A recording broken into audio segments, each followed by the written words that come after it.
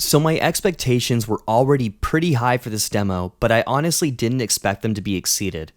After the demo was confirmed to be coming by PlayStation Blog, everyone was keeping their eyes peeled for when it would become available, and just as we predicted, it became available after the pre-launch event last Sunday. Hi, my name is Zip, and I played the Final Fantasy XVI demo.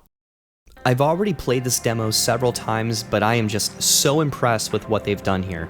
I'll try not to go too much into detail in regards to story, as I really think you should experience this for yourself if you have a PlayStation 5.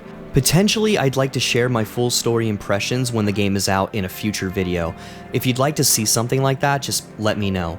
The point of this video is to see what the foundation of this game is and what we can expect when it releases next week.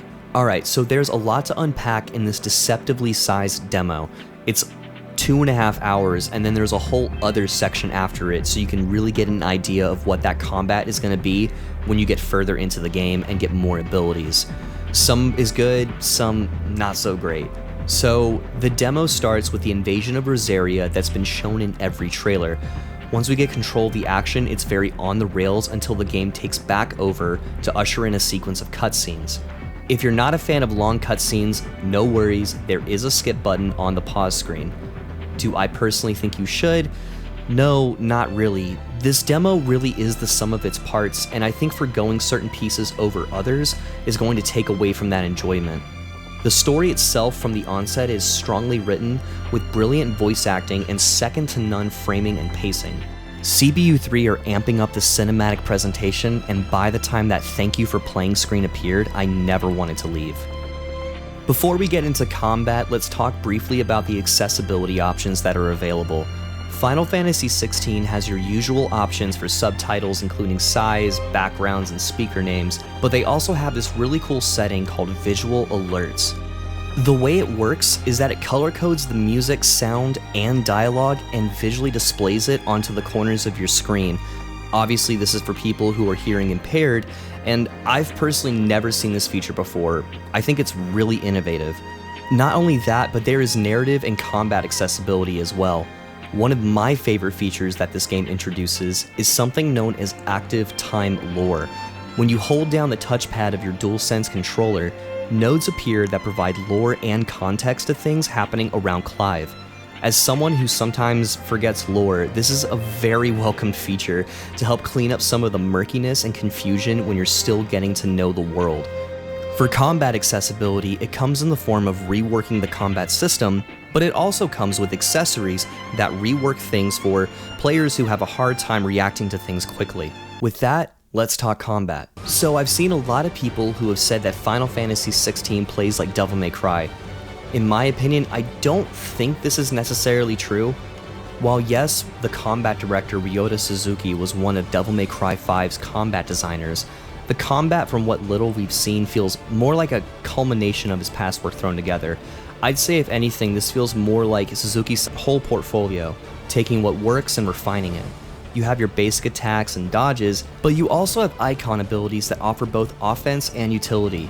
Larger enemies have stagger meters that can be chipped down for a brief moment of critical hits. Also, you can build dodge combos, which is pretty cool. Parrying requires a little bit of precision, but when it hits, it feels good. I'm still getting the combat down, but I can't wait to get better and explore all the freedom that's available. Okay, so we need to talk about the elephant in the room, the frame rate. Honestly, I'm gonna be real with you, I don't think that the frame rate is as bad as some are making it out to be. My first playthrough and most of the footage you're seeing was with graphics mode turned on. Maybe you can see it and maybe I don't know, but there is some motion blur and there are 2 moments on the rails where my frames took a heavy hit, but overall I thought it was fairly smooth. Final Fantasy XVI's performance mode uses variable frame rate, and for some that can be distracting. However, the combat stays at 60 frames per second when it needs to be, and that is during the combat. That being said, I'm not going to invalidate what some players have been saying. There's been an argument online that since the demo is version 1.01 and the full version is 1.03, that the frames will be improved by then. I'm gonna be honest with you, I don't think that's gonna happen. It's possible that CBU3 will put a patch out later down the line that will give a quote-unquote true performance mode, but until then, this is what we've got, and I think it works. This demo is incredible and has given us our first true taste of Alisthea. If you're on the fence on whether or not you want to invest your time into the full game, I highly recommend you give the demo a try. On a side note, I will say it's pretty vindicating to see 16 naysayers do a 180 after 3 years of saying that this wasn't going to be a true Final Fantasy. CBU 3's been good from the start, and I'm happy that so many detractors are now believers. Anyway, thanks to everyone who stuck around since my last video. It's been really rough trying to get videos done, but don't worry, I've got a few things cooked up in the very near future.